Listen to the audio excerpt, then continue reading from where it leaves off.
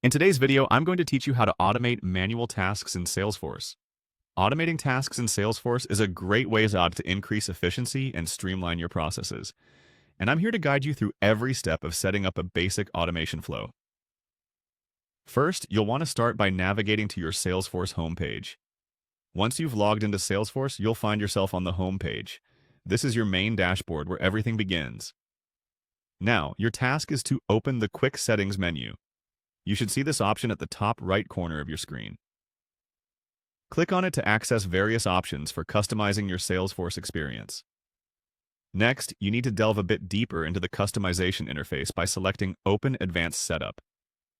Advanced Setup will lead you to a more detailed settings area, appropriate for managing more robust operations like flow creation. Once you're in the Advanced Settings area, proceed by typing Flows into the Quick Find box. Flows are essentially automated processes that allow you to perform complex tasks with ease. After you've typed in Flows, click on Flows to access the main flow management page. On the Flows page, you'll want to initiate the creation of a new flow. So, go ahead and click on New Flow. This will start the process of setting up your automated task. After selecting New Flow, you'll be prompted to choose a flow type. In this instance, we're focusing on creating a record-triggered flow.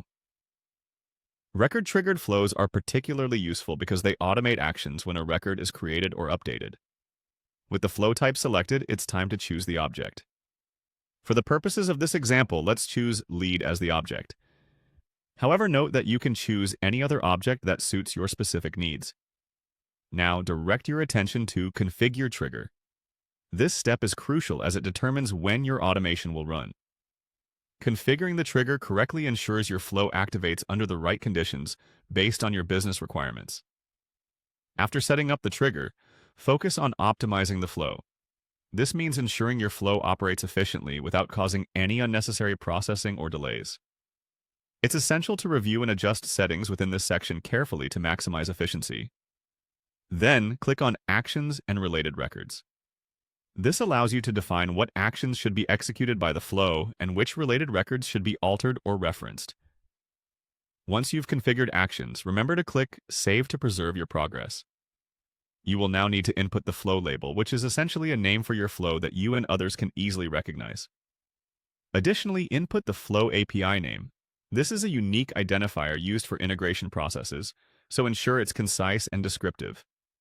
Finally, click on Save again to complete the process. By following these steps, you'll develop an automated flow that runs smoothly and improves task management in Salesforce. Thank you for watching, and I hope this tutorial helps you automate tasks efficiently in Salesforce.